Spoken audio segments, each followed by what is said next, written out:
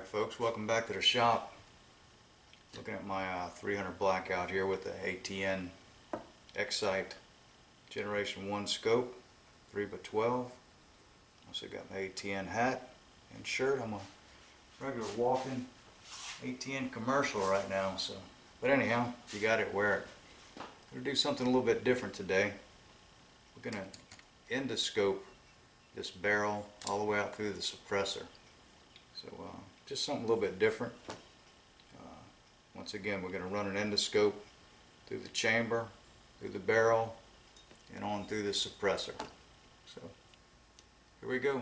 We'll have a look. Alright, we're going to be doing a colonoscopy here on my 300 Blackout, suppressed. We're looking down the slide here where the bolt carrier group goes. Now we're approaching the barrel end. You can see the feed ramps in the chamber. And as we start on in, we're now in the bullet chamber. And this is a pretty dirty rifle. I've hardly ever cleaned this thing. It's my hog gun. But you'll be able to see quite a bit of brass fouling in here. I've been shooting these Barnes solid brass bullets, and I really need to do some cleaning in here. Almost looks like gold veins in some of these spots. But as we go a little bit deeper in here, you can actually see up on the left considerable fouling. Need to get some kind of brass cleaner to work this barrel out. But other than that, it's just looks like a dirty barrel. There's some more fouling right there. And as we continue on through, we're actually going to come out the end here and into a suppressor. And we're approaching the crown of the barrel. The barrel is still threaded onto a suppressor. We're now moving into the blast chamber of the suppressor. And we're approaching the first baffle, usually called the blast baffle, and this one's made with a stepped appearance to it. It's a cone with steps on it. Then we go into the second second baffle here. And this is actually one that I purchased. It's got some heavily clipped baffle types in here. Going into another one. Suppressor actually looks very clean considering the amount of ammo that I shoot through this thing, but centerfire rifle suppressors are kind of self-cleaning. The blast is so strong. Now we're approaching the end cap and right out the other end. Alright, we're going to start backing our way back out through the rifle. That's the end cap. One baffle, two baffles. Coming back out through it. Another baffle. And there's the blast baffle in the blast chamber. Really gives you an unusual look inside of a firearm here. And we should be starting into the barrel. And again, you can see the lands and grooves. Quite dirty on this one.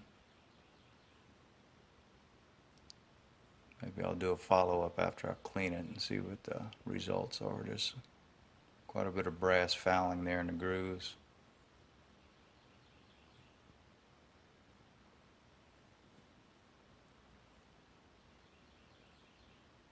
Good bit more brass there. Still amazing how accurate this gun is, even with the fouled barrel. However, I have missed a few hogs this year. And now we're coming into the chamber. And then into the barrel.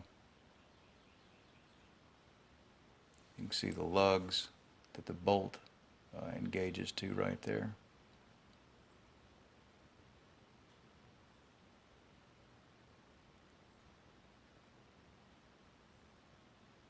Those two are the feed ramps right there on the left. Gun's actually laying on its side. That's the gas tube. This is a gas impingement AR.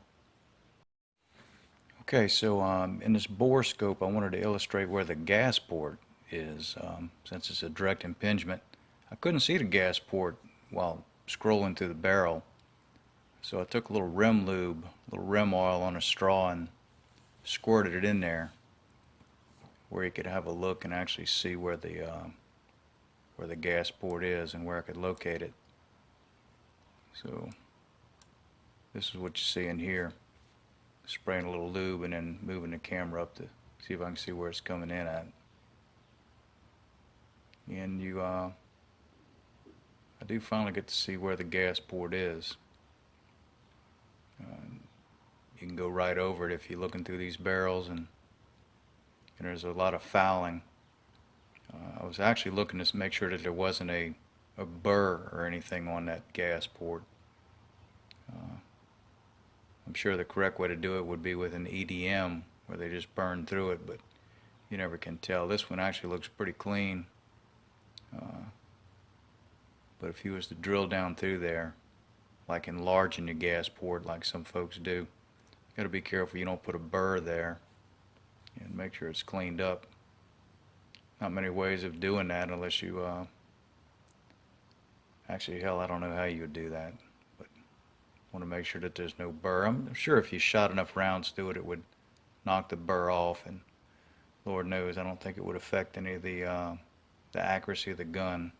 You can see how fouled up this one is. But anyhow, I just wanted to show where that gas port was and come back and have a look at it.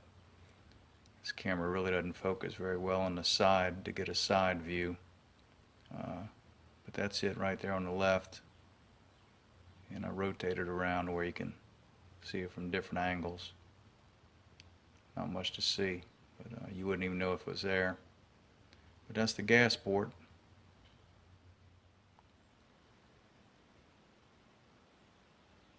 And we're coming on out, and we're cleared the weapon. And that is a 300 Blackout colonoscopy. Here we go.